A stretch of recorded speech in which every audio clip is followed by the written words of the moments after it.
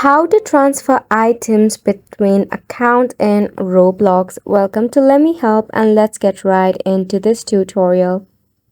If you want to transfer some of the items of your inventory to another account, whether it's a friend or it's your own, you need to check out the inventory option of your Roblox. In here, you can select the accessories that includes hair, clothes, or more that you want to transfer. However, if you want to transfer it, you will see there is no such option as transfer given to you.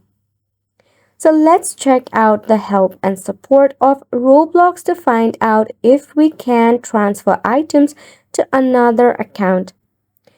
So here's the thing, if there is the place that you want to share, that means your very own place, you can easily transfer between accounts by heading over to your Roblox studio. However, when it comes to the transfer of items, you will not be able to transfer between accounts in Roblox. However, you can purchase it by the another account to do so. And it's a wrap for the video as well. Hopefully you found it informative and helpful to you.